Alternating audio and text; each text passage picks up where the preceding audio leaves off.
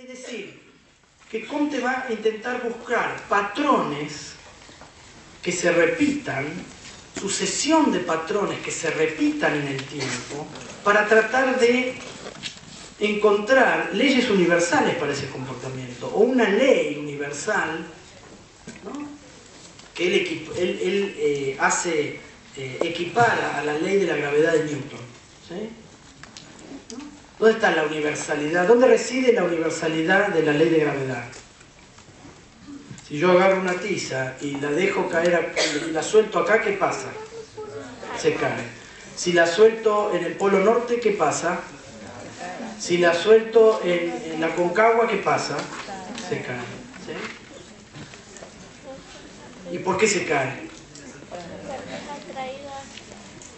Por la ley de gravedad. ¿Sí? Bueno, si yo he visto una mujer con velo en Lima en el siglo XVIII, ¿qué pasa? Hay terremoto. ¿Sí? Si la he visto hoy en Francia con velo y le digo que vaya a la escuela, ¿qué pasa? Normal. No, no se ríen. ¿Qué pasa? Es como pasó con la chica que salió en las noticias que fue golpeada. Bien, sí. O, ¿qué pasa? Les impiden usar ese velo en la escuela, porque la escuela es secular y laica, por lo tanto no se pueden usar símbolos religiosos. Sí. ¿Cambió algo, digamos, del siglo XVIII o XVII a la Francia contemporánea? Sí, porque uno era terremoto y... Sí, pero la condena al velo es la misma, ¿no? Pero sí, efectivamente, ¿qué cambió? La explicación que podemos dar a los efectos de esas relaciones entre el uso del velo en un contexto determinado. ¿Sí?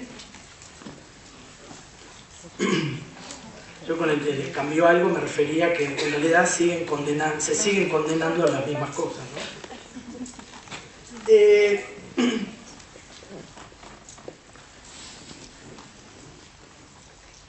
Bien. Eso sería, no sé.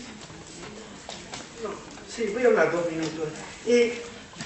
Esto no es, en realidad, el ejemplo de Lima, ¿por qué nos viene bien? Y como decía la compañera recién acá, ¿no?, que ella dice, bueno, cuando yo pregunto, ¿qué es lo que cambió de Lima en el siglo XVIII a Francia en el siglo XXI? Ella dice, bueno, cambió la forma de explicación. Sigue la condena, pero la forma de explicación cambia. Alguien habla de la ira de Dios, el otro habla de la secularización, de la laicidad de la escuela francesa, ¿no? Muy bien.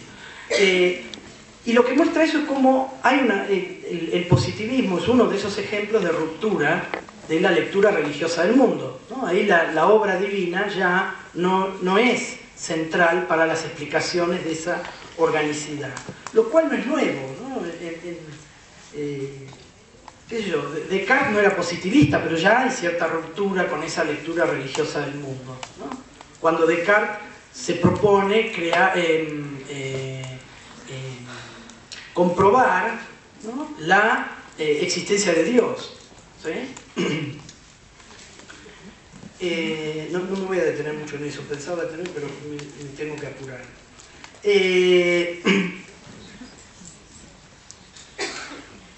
Bien. Es decir, entonces, ¿queda clara esta idea de las relaciones entre esos objetos de estudio? ¿No queda muy claro? No, para una compañera no. El resto, a ver, ¿alguien más que no? Los otros no se animan a decirlo. Volvamos al caso del uso del velo. ¿Sí?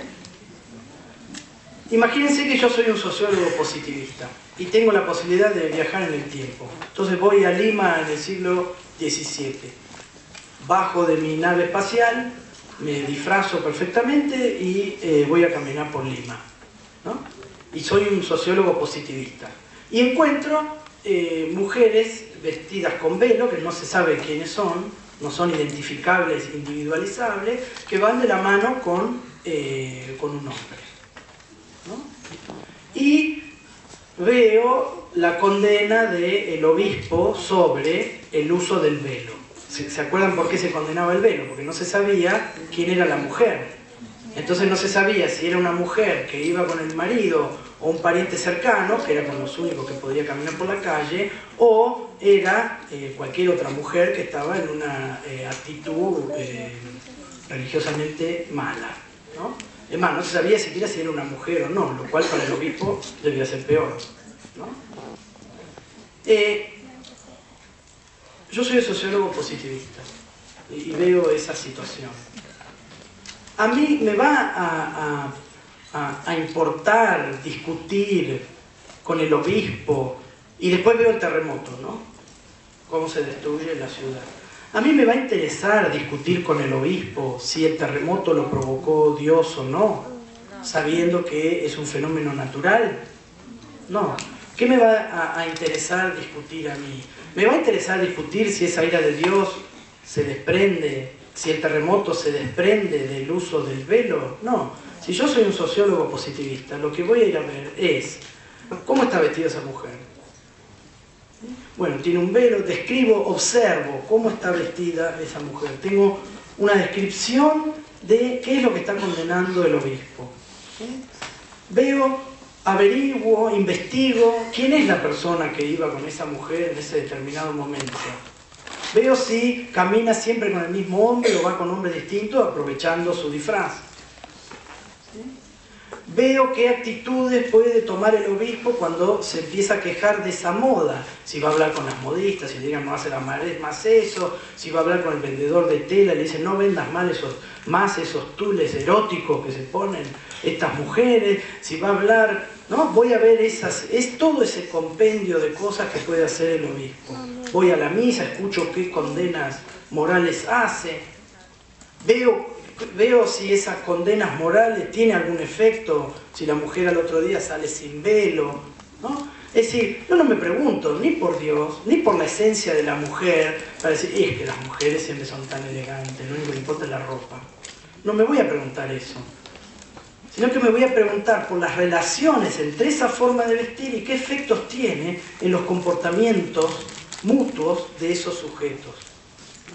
¿Sí? Esas relaciones, cómo se van repitiendo, si es que se repiten en el tiempo, y cómo se van estabilizando, se van sedimentando, ¿no?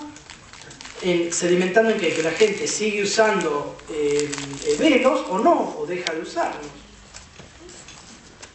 Esas son las relaciones que el positivista va a tratar de entender y explicar.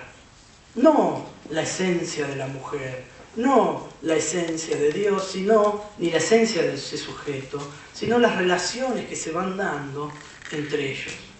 Y qué conductas genera la sedimentación, la estabilización, la perduración en el tiempo de esas relaciones. ¿Sí? ¿Queda un poco más claro? Había una pregunta... Sí. Entonces podemos decir que los positivistas llegaban a estas pautas dependiendo del contexto en que estaban. ¿En qué sentido lo decís, dependiendo del contexto? O sea, son las mismas pautas en el siglo XVII y ahora. Ah, perdón. Este mismo sociólogo positivista viene a Francia. Bien. Viene a Francia, porque viajaba en el tiempo, ¿recuerdan? Viene a Francia, siglo XXI. Le impiden a una estudiante musulmana usar, tiene un nombre, ¿alguien se acuerda? El velo. Bueno, le prohíben usar el pañuelo en la escuela, no es un velo, sino un pañuelo en la cabeza para taparse el pelo. ¿Sí? Sari. No, tiene otro nombre. ¿Cómo? Sari. Sari creo que es todo el vestido. Esta no es tonto, va a tener en cuenta ese contexto, va a observar cómo funciona ese contexto. ¿Sí? Es decir, que el contexto tiene que ver siempre en las explicaciones que se dan en ciencias sociales. Siempre van a tener un grado de contextualidad, ¿no? Pero lo que estamos remarcando en este ejemplo es simplemente la actitud del científico frente a estas otras cuestiones.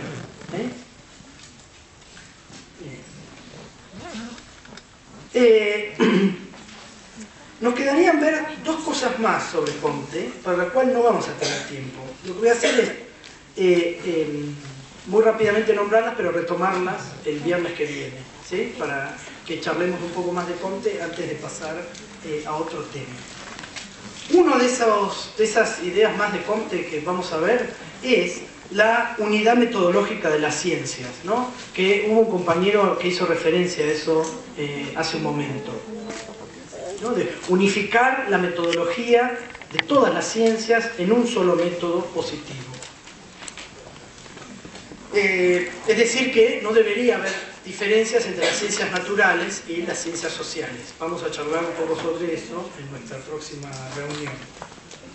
Y el otro punto a discutir es sobre la universalidad, la idea de universalidad del conocimiento científico, ¿no? Si puede pensarse que el conocimiento científico tiene efectivamente ese contenido universal del que vamos a hablar con Comte, ¿sí? Pero por lo pronto tengamos en mente esos 3 puntos sobre el positivismo de Comte que les dije al principio. Conocimiento de los hechos como único conocimiento válido, la certeza la dan las ciencias experimentales y las cosas en sí son inaccesibles. El pensamiento no puede alcanzar más que a comprender relaciones y leyes, ¿sí? Por lo pronto tengan en mente eso, ya vamos a discutir los otros 2 puntos en la próxima reunión. Tengan un buen fin de semana, ¿eh? Gracias.